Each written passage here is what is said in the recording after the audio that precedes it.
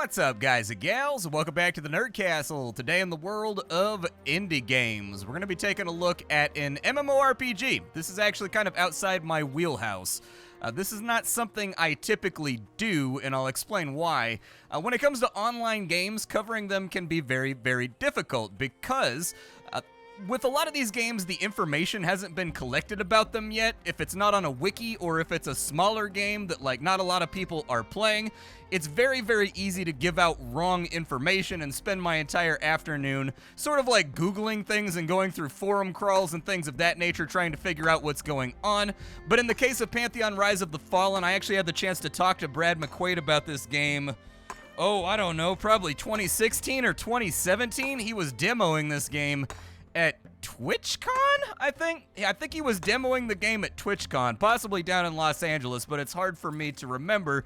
And during the conversation, there were a number of things that he mentioned while we were talking about the game and what it was ultimately going to be that piqued my interest. And so I've sort of been passively following the game for the last couple years, and as luck would have it, it came out not this week, but last week. And since then, I've been poop-socking the game super hardcore, playing around the clock.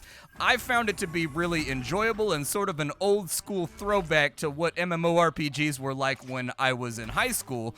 For those of you that don't know, I was an avid EverQuest player when I was 15 to probably 18 years old. A lot of my time spent outside of school and homework and things of that nature were spent playing EverQuest. So I have a reasonably decent amount of nostalgic knowledge about EverQuest. And when I talked to Brad back when the game was first entering its infancy, it became really clear really quickly that they were trying to recreate those old school EverQuest vibes in a world of MMORPGs that have been trending theme park for years. So today, I figured we'd take a look at the game for about 30 minutes. This will probably be pretty highly edited because there's going to have to be different things that I've got to jump around and show you for you to get the full idea of the game. But I'm going to do my best along the way. This is by no means going to be a professional quality video just because my skills at editing sort of end with Sony Vegas. I never got around to learning After Effects or any of those other things because it wasn't really necessary when I was a Let's Player. But I have played the game for 25 hours now, basically non-stop, and so I do have some observations and things to talk about as we go through it, but let's dive on into it. So Pantheon Rise of the Fallen is an old school MMORPG that's channeling vibes from something like Project 1999 or something like pre-Lucklin. EverQuest, I guess, is the way that I would describe it. It's in early access right now, so this is not an MMO that is feature complete and has all of its stuff inside of it. This is very much a game that's currently in development, and my experience so far has been that the game tops out at level 40. I've played for the last week in every square minute, every extra spare minute that I've gotten, I've played the game, and I'm just now, if you can see my XP bar down at the bottom, starting to approach level 10, so I'm guessing it's probably going to take me several hundred hours to get there, just from what I've seen so far. XP does slow down quite a bit, and I'm guessing it's going to slow down even further as we get on into the game. This is a social MMO, which is one of those things that's kind of been abandoned in the world of modern online game design. So this is a game where you can solo in this game, but the range of things that you can accomplish all by your lonesome is gonna be pretty low by comparison to what people that group up and do dungeons and things of that nature are gonna be able to accomplish in the exact same amount of time. XPing is gonna be slower when you're going solo. The volume of loot and also the quality thereof that you're going to be going after is going to be quite a bit lower than the good stuff that people are pulling out of farm dungeons and farm camps and things like that. And so this is the first warning that I would give anybody planning on jumping on into this game. For the purposes of this video, I'll probably solo for the most part for this video. I am an avid grouper, but putting together a group is one of those 3 or 4 hour endeavors in this game that's going to take quite a bit of time and sort of locks me in for the rest of the afternoon for not letting the group down. And so this is a social game. Going on into it, if you like to play MMORPGs where you've actually got to talk to and converse with other people, there's no instancing, there's no group finders, there's no sharding, there's nothing like that for you to kind of buffer the social experience with. You're not going to be able to pick up a group by clicking on a button and then it just finds it for you. You're going to have to hang out in town. You are going to have to cultivate a social social list in order to be able to play the game, and you are going to have to show some basic level of acumen playing the game. Otherwise, people aren't going to want to play with you. If you ever played EverQuest, you'll know that certain people on the server had reputations. There were people that were known for being good players, that were generous and sort of empathetic and nice to everybody around them, that would do you a solid. And then there were definitely players that were grouped into the troll category, the bad category, and ultimately would have a really hard time finding people to group with just due to the fact that word gets around on servers and block lists and things like that happen as you're going through the game. And so anyways, this is a party-based RPG. Everybody's got a class, everybody's got things that they're good at, that they're bad at, and you're gonna need other people to help you out in lifting the load as you go along. At the beginning of the game, you're going to be tasked with creating a character, which sort of folds into that because everybody has a role in this game. The standard triumvirate that you get from every other games, the golden triangle. You've got healers, you've got tanks, and you've got DPSers. However, there are also support classes in this game that don't necessarily bring a lot of hits to the table. They don't really bring a lot of like heals to the table. They don't really tank, but they've got a lot of important buffs, and there's a lot of like jack of all trades classes you can play around with as well. And so I figured I'd run through those. This is the character creator right here. It is extremely limited. So if you go on into your appearance over here where you decide what your character looks like, there is no skin tone, so you can't change the skin tone of the character around. I think there's only like 3 or 4 hairstyles for the races that actually have 3 or 4 hairstyles. Some only have like 1 or 2. Hair colors, there's only like 4 or 5. Facial hair, there's a lot of them for humans, but for everybody else, there's not quite as many. And then the hair colors do the exact same thing over here. The problem that I ran into is that the hair colors don't match on the slider as you're going through, which means that you gotta kind of like eyeball it, and even then you're not guaranteed to get a match on in there. So these are day one things for customization that need to be taken care of, because an important thing with an MMORPG is to allow the players a space to create their own character that looks like whatever they want them to look like, that makes them happy. And so character customization needs a lot of work. As of right now, these are the classes that are available for everybody to play. You've got the warrior, obviously a tank. You've got the monk over here, which is a hardcore sort of kung fu DPS. You've got the cleric, which is what I'm currently playing, which is heals and buffs. Doesn't bring a lot of damage to the table. You've got rogues. They're all about stealth and sneaking around, and they do DPS as well. You've got wizards, that's going to be your magical DPS with some buffs on in there. You've got enchanters, one of the more interesting classes. They don't bring a lot of damage to the table from what I've seen in groups so far, but they are one of the only classes that has the ability to crowd control and permanently. I don't think there's diminishing returns in this game, so if you catch an ad in this game, which is a very real risk, especially with the death penalties being so high, which we'll talk about later, being able to crowd control that mob and hypnotize it forever while your group clears up whatever threat is happening is going to be pretty important as you go along the way. I like groups that have enchanters in them. You have the shaman. The shaman's kind of a jack of all trades. They do a little bit of everything. Lots of buffs, a little bit of healing, some fun toys to play around with, but the shaman is largely a support that's there to make other classes pop. So I, as a cleric, really like playing with shaman because I have a lot of energy shields that I can put on people that stop them from taking damage, but my heals are very mana intensive. He has heals over time and whatnot that he can pop onto that character while also putting dots and other things on the enemy that allow that character to slowly tick back up to full health while my shield holds, and it saves me a ton of mana. So I like playing with shamans as well, and they've got some good run speed buffs and things too. Ranger, that's going to be your DPS with a bow. We've got Paladin, that's a tank with kind of a little bit of a healing balance to it, lay on hands, that kind of stuff. You've got the Dire Lord, which is once again sort of a Death Knight tank, I suppose. I haven't really seen a lot of Dire Lords, so I can't get too in-depth there. You've got the Summoner. The Summoner is a pet class.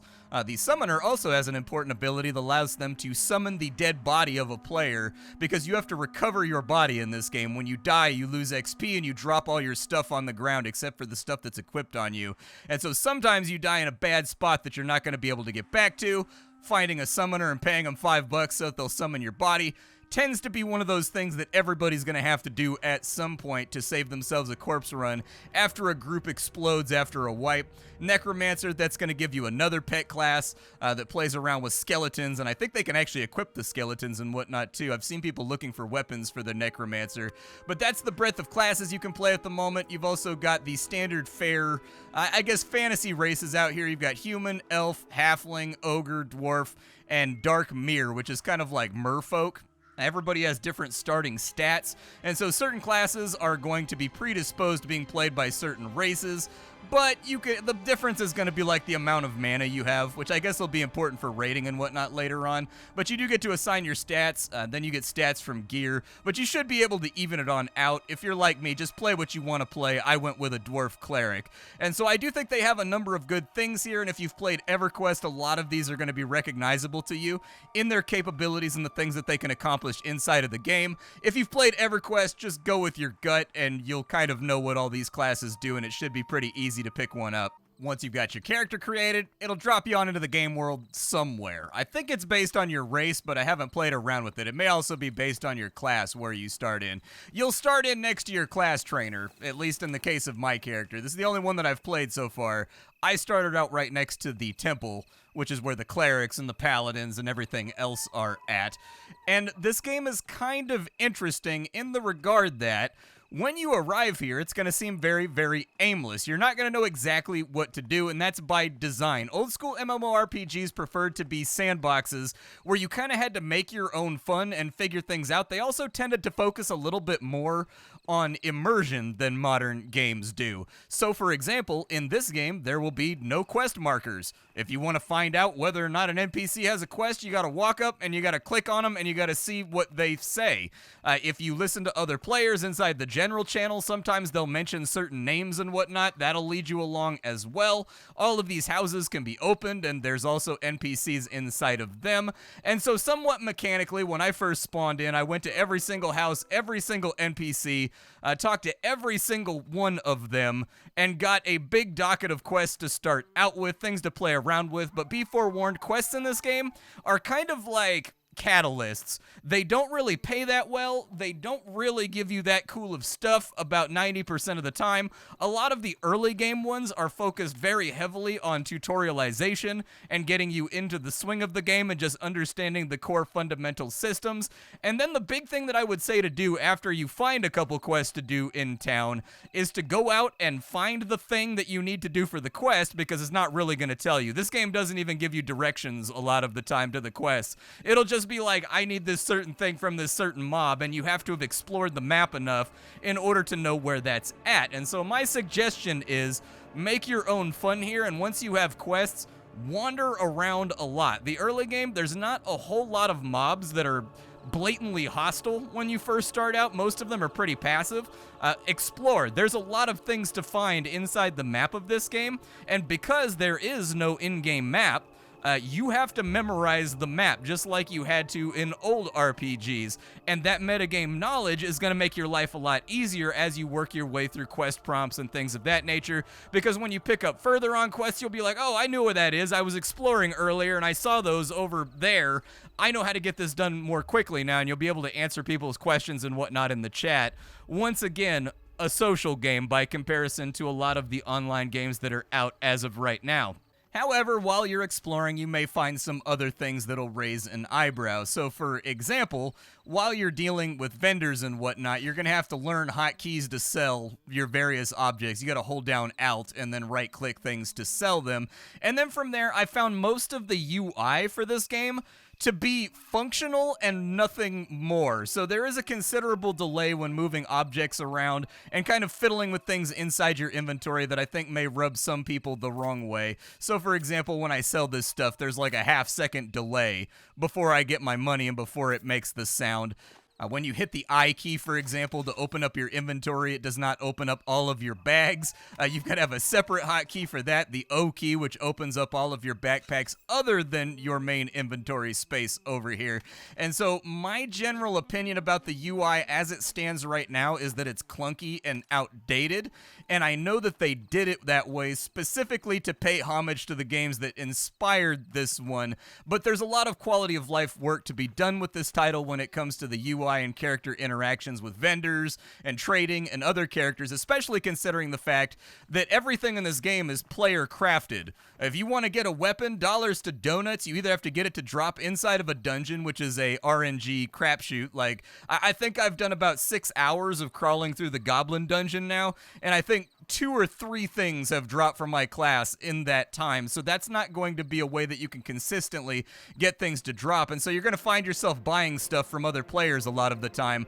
I personally, I'm an armor maker and I'm a weaponsmith, and so I can manufacture my own stuff there, but everything here is player driven. Therefore, having a smooth UI that has the modern quality of life I actually think is achievable while maintaining the hardcore difficulty and adherence to genre tradition that the game is trying to set forward. And so a lot of work to be done on the UI as it stands right now, but once you get into the swing of things, it should be okay. However, it would be wrong of me not to admit that some of these UI omissions actually open up the ability for players to slide in and fulfill services that the UI is not capable of or has been deprived of. So there's no mailbox in this game. I'm over at the bank right now. There's no mailbox. You can't mail an item to another player. You have to physically run it over to them and trade it to them. The interesting thing about this is that that is an annoyance when it comes to moving things in between your mains and your outs and your friends and stuff like that if they're out doing quests or doing dungeons. However, a curious thing happened. About 2 days after the game came out, an entire guild sprung up on this server that's the Postal Service. And what they do is you pay them money, and then you let your buddy know, you give them the object, and then they will run that object to your friend for you so that you don't have to save you time. And so some of these omissions actually lead to interesting ways that players are solving their own problems, which in a roundabout strange way make the game a little bit more immersive and easier to sink on into. The game also has other things that you need to pay attention to, which have been long since abandoned by even tabletop games like D&D. I think they still have weight rules in D&D, but I've never known anybody that still plays with them. Your inventory has weight, and so you get encumbered and you walk slowly if you're carrying too much weight worth of stuff, and your gear does kind of count towards that, which in some cases incentivizes players to sort of think about getting gear that increases your carrying capacity or makes it so that you have more strength or whatever else. There's also a whole bunch of sub-skills over here, for example, like climbing. You can climb like any surface in this game, and you can just climb on up, and your climbing level determines how efficient you are at using your stamina meter while climbing things. This also means that this game's map can have a sense of verticality to it that other MMOs, they always have to give you pathing in order to introduce that to the player. In this game, you can climb just about anything you want to climb, and there is stuff up in the mountains hidden inside little nooks and crannies with high-tier crafting nodes and harvesting nodes and things of that nature that you can get after. Likewise, you can sprint in this game, which gives you like a speed buff and makes you run faster. Right now, I've got a shaman buff that's making me go super fast, but as you get better at sprinting, you get more efficient at using your stamina while sprinting and running away, which gives you a better chance of getting away from mobs that have gone rogue and are about to absolutely smash your skull in. All this is to say that while there is a deliberate clunkiness baked into a lot of the UI and a lot of the things that are available to the player in order to streamline their gameplay experience, it also leads to interesting outcomes like the Postal Service developing that make the game feel more rich and alive and more immersive and more interesting. As far as builds and specs go for each character, like what diversifies one cleric from another cleric, that's actually determined by your hotbars down here. So your hotbars are delineated by type. So these guys up here are techniques, and I only get 4 slots for those, even though there's way more than 4 techniques. Over on this side, I've got a number of other sort of utility abilities. You only get to have 6 of those. And then down here are your active casts and abilities. And these they don't really have it like sorted very well. I've actually had trouble figuring out what goes inside of which bar until you right click on it inside of your spellbook and it will automatically go into the category where it's supposed to go. But the limiting of hotkeys and the limiting of slots is what determines your build. So right now I'm very much in solo spec mode. Almost all of my abilities over here, my techniques are focused on dealing damage so that I can farm mobs solo, because that's what I was doing when I sat there and thought to myself, I've played this game for 24 hours, 25 hours, I might as well make a video on it. But you can swap these out actively before you go into a dungeon to prepare yourself. So for example, I've got a whole bunch of abilities that specifically target the undead, but I don't have them on my ability bar because it's not really necessary. Were I going to an undead dungeon, I would definitely add those on in and rewrite my spellbook and rewrite my hotkeys to get ready for that challenge. But since I've been farming boars, bears, and bandits for the last little bit, the big B's, I guess, is this guy tough? Oh yeah, enemies don't have levels in this game. It's just like when you play EverQuest. You've actually got to look at them. And you can see down here in the bottom left, it'll give you an appraisal of how tough that mob is before you dive in and start beefing with said mob. Was he about to go after that bear? Hopefully I didn't just yoink his spawn. Let me get my shield up and running real fast before I get myself whooped. And so the build is actually going to be specialized to the character and the dungeon that they are currently doing right now. If I'm doing undead content and I'm doing it solo or in a small group where my additive DPS is going to be important to the success rate, I would put all those shackles for the undead and those fears for the undead and those attacks that are specifically for the undead on my bar.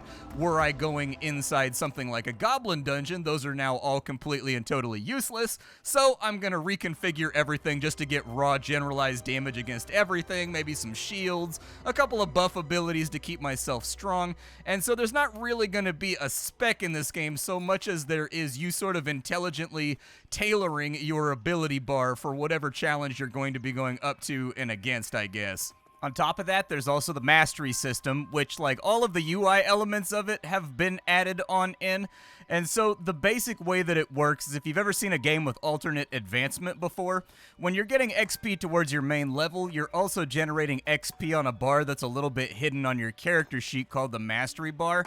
Every time the mastery bar fills up, you get a point, and you can spend that point to try to imbue an ability with more efficacy. So, like, you can increase your crit, you can increase how hard it hits, maybe you can make the cooldown shorter, stuff like that. That's not in the game yet, but that's going to be the second way that players are able to customize their skill set and add another immersive element to the development process. And these immersive effects kind of extend. Here's another little interesting detail about the game. So there's a dungeon over here. This is the entrance to the Goblin Dungeon. When you go inside said Goblin Dungeon, it's going to get dark really quickly. You see how I can't see anything?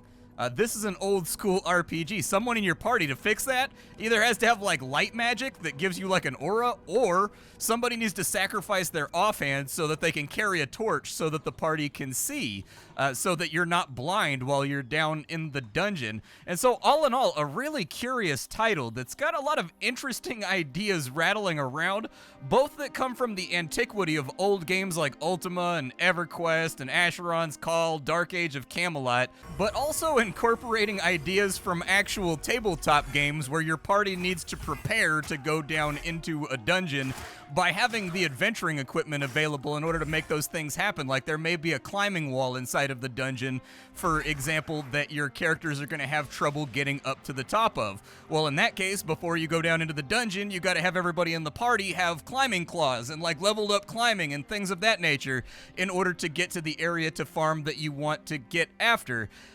For some people, I think they will find that to be very inhibiting and annoying. And then for other people, I was going to go for that deposit up there. I was hoping she didn't see it. She must have zoomed out. So there's definitely going to be a group of people that play all sort of theme park MMOs, and they're like, why are these features not here? Why do I have to do this? Everything is so difficult to do in this game. Everything requires like a massive runaround in order to accomplish. But then there will also be other players like me that were gamers during the time period where titles like this were very much in vogue, who see that and it awakens all these old memories, kind of like when you smell sort of like a food that your mom used to cook that you haven't smelled in 20 years, and when you walk into the house, you get just that massive recovery of memory just from the smell. I've been getting that kind of from this game, where as I've been playing through, I see things, or I see a mechanic or something that I can interact with, and it brings back just this wash of memories that I have completely forgotten about farming in various dungeons and whatnot and old MMOs that I used to play when I was a kid. And so I definitely think there's a nostalgic element here that is going to be a key component to your enjoyment of the game. Either that, or you've got to be like a little bit of a masochist that wants your RPG to not have creature comforts, that consciously does not want the game to have all of those things so that players can fill in the gap, or so that there's more things to explore and more interesting stuff like having to equip an offhand torch just to go into a dungeon so that you can use your eyeballs. Other little things that they go for immersion. So in most MMORPGs, you get a copper pickaxe, and that means that you can mine copper, and then you move up to like a bronze one, which means that you can move up to iron. Like, each crafting tool increases the tier of the thing you can harvest. As far as what I've seen so far, this game doesn't have that. Instead, your crafting tool and the quality thereof determines how long it takes you to mine, or to chop down a tree, or to skin the mob. And so with a basic baby knife that's not very good, you can still harvest things. It's just going to take you forever, like 45 seconds, a minute and a half, in order to skin the mob, versus having a nicer thing that just makes the meter go down faster. I sort of dig that. I kind of like the way that that works. It also means that when you do upgrade your crafting tool, you actually feel that difference. I went from a 5 efficiency tool up to an 11 efficiency tool, and I was getting really, really tired of farming nodes with the bad tool because it just took so long, and you're getting leapfrogged by other players that are trying to get stuff. It was a headache, and you felt that tangible difference when you upgraded your tool, and it felt good. Crafting is going to be a big part of your adventure too, so you're going to want to get those tools taken care of. As it stands right now, I think everybody can harvest everything, but you can only pick 2 trade skills as of right now, and it's permanent. There's no way to lose a trade skill and then learn a new one. So be very, very careful about how you pick your trade skill. Crafting in this game, it's subject to the same clunky UI that everything else has. Everything can be moved around by the way that you want to, but it is in-depth, and because the entire economy is player-based, so everybody's crafting things that everybody else needs. I don't know if it's just the first couple weeks of the game, and so the economy is booming right now, but what it means is just about everything you pick up in the game world has value to somebody. Like, even a crappy knife that you find that only does like 3 damage that dropped off a level 1 mob, there's a crafting skill called salvaging. They need that because they can break down useless gear and weaponry into other parts in order to make supplementary tools and gear and things of that nature that other tradesmen can't do. And so crafting is going to be, if you're a crafter, you'll probably be pretty happy with this game as long as the clunk inside the UI doesn't drive you crazy first. Because doing like large batch crafting and whatnot in this game does have some considerable UI gore and sort of like UI clunk to it. But I guess I'll get to my closing thoughts. Once again, I'm not very good at this because MMORPGs are not one of those things I cover. I've played a ton of them, but I've never actually done impressions on one before, I don't think. Except for maybe Defiant when I first started out as a YouTuber. But in closing, this is one of those games that I think relies very heavily on nostalgic value in order to get its point across. If you were around during the pre-Lucklin, like pre-Planes of Power days of EverQuest, or if you're familiar with something like Project 1999, then I think you'll be right at home here. You'll slide right in, and there probably won't be too much learning curve as long as you recognize that the game is not complete. It has a huge amount of work left to be done on it, its world, its mobs, all that kind of stuff, and the features are very clearly not implemented here. There's a very real chance that you're going to run into large amounts of invisible walls, blocking you off from areas that are under construction, or they're acting as a transition for some future zone that's under construction or doesn't exist yet. And there are weak spots with this game. Like, the most obvious ones are just that the gameplay is air quotes outdated in almost every way by modern theme park standards. But this is by design. That's what they're going for. This is a very old school tab target MMORPG that relies heavily on a social element in order for the player to accomplish anything of worth. Animations, graphics, gameplay expectations. With this game, they all stopped at 2001. You will find almost no creature comforts here. Like the things that we've come to know and expect, like quest givers having a mark above their head, where to go for the quest being clearly told to you or marked on the map. A map itself, mailboxes, group finders, all of those things that smooth out the processes of getting into the game and getting into the content have been intentionally left out of Pantheon to recreate the vibe of historical games, since they don't really get made anymore. For a lot of people, this will be a jarring, hardcore, punishing experience due to that, and for others, it'll just be returning home to the way that they liked MMOs the best. You will run into bugged out mobs from time to time. You will get stuck in collision from time to time. Animations for certain races have a tendency to wonk out on you and look weird and need to be refactored from the ground up. I've got a bug when I play this game that comes up pretty much every single session, where if I see somebody say something out loud, for whatever reason, it gets stuck and then it pops up above every single mob's head that I fight until I relog. There is some humorous value to be gained from seeing a lava beetle say "my bad bro" over and over and over again as he beats you to death, but these are all things that should have been smoothed out and need to be smoothed out as the early access trundles forward.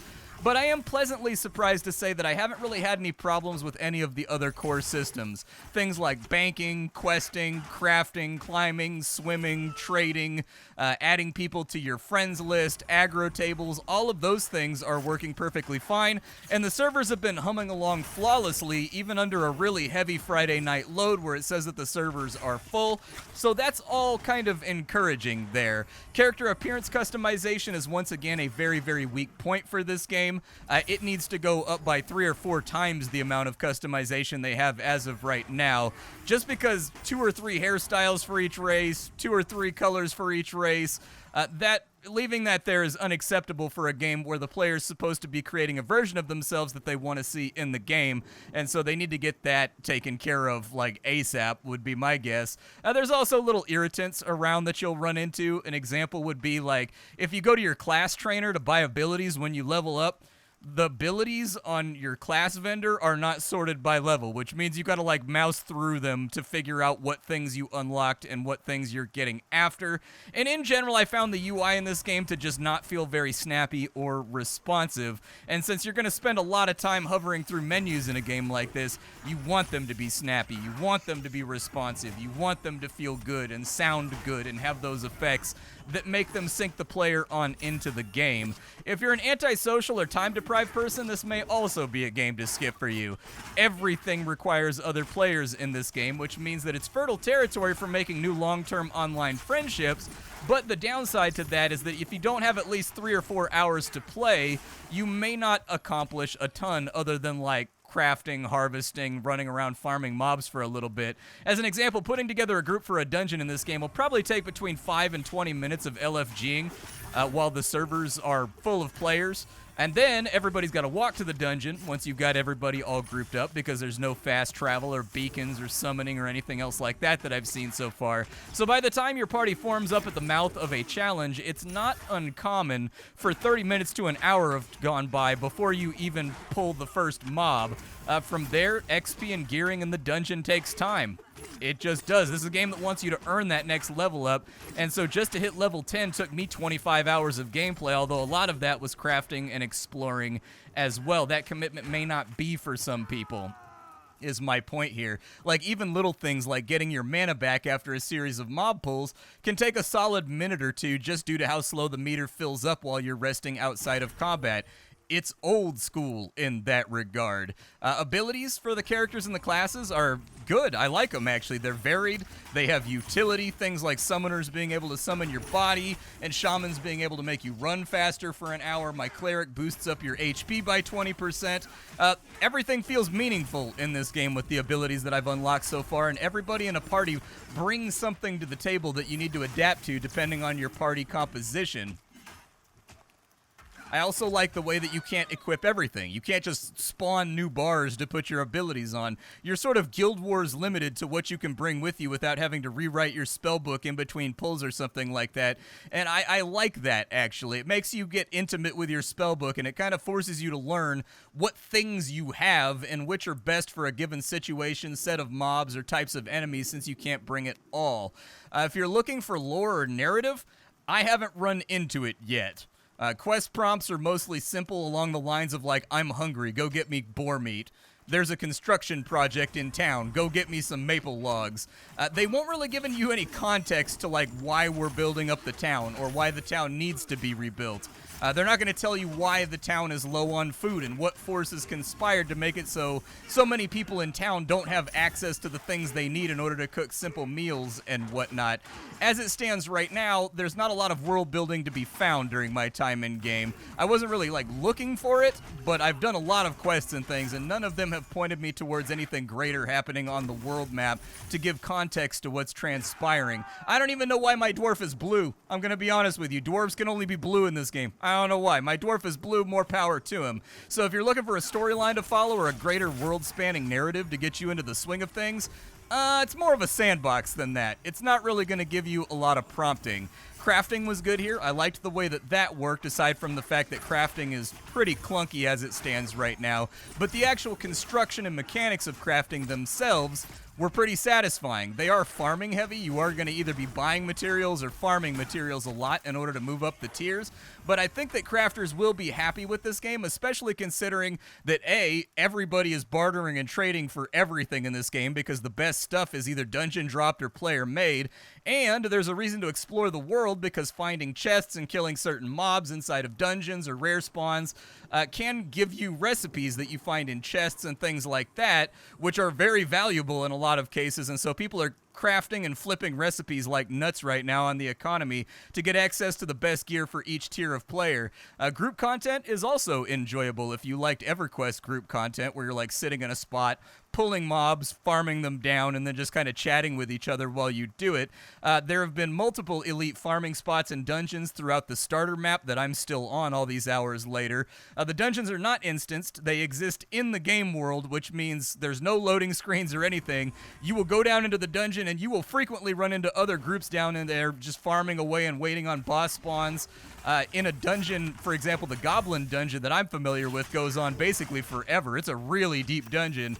We were about an hour down in the Goblin dungeon the other night, and one of our group members looked up a map of the place, and it keeps going for a really, really long time and terminates with mobs that are like level 25, even though the ones that we were killing an hour in were level 10. And so the design of these living in-world dungeons pretty spacious and spans a lot of levels depending how deep you want to go in order to get your XP and your items, which makes me as an explorer type Skinner box player really excited to get down deeper. So there's a lot of things missing here that I think make it a very difficult recommendation for other people, in combination with the design choices that are straight out of the 2001 handbook. Like, I personally really enjoyed going back to old school MMO design, as I had forgotten a lot of these systems until I saw them again. I've also made more friends in this game in a week of playing than I have in the entire duration of my stay in other games, just due to the fact that you need people more than anything else in this game, which opens the game up to being more social.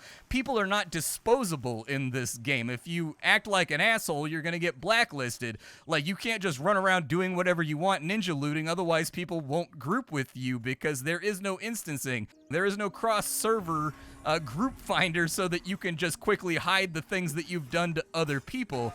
This game kind of puts the humanity, the people, back in an MMO, which I'd say is probably one of the main things it brings to the table. And I found the community to actually be really friendly. They've answered my questions, they've helped me out with stuff, bad behavior gets shouted out in OOC and admonished. It's kind of interesting seeing the social part be put back into a game like this.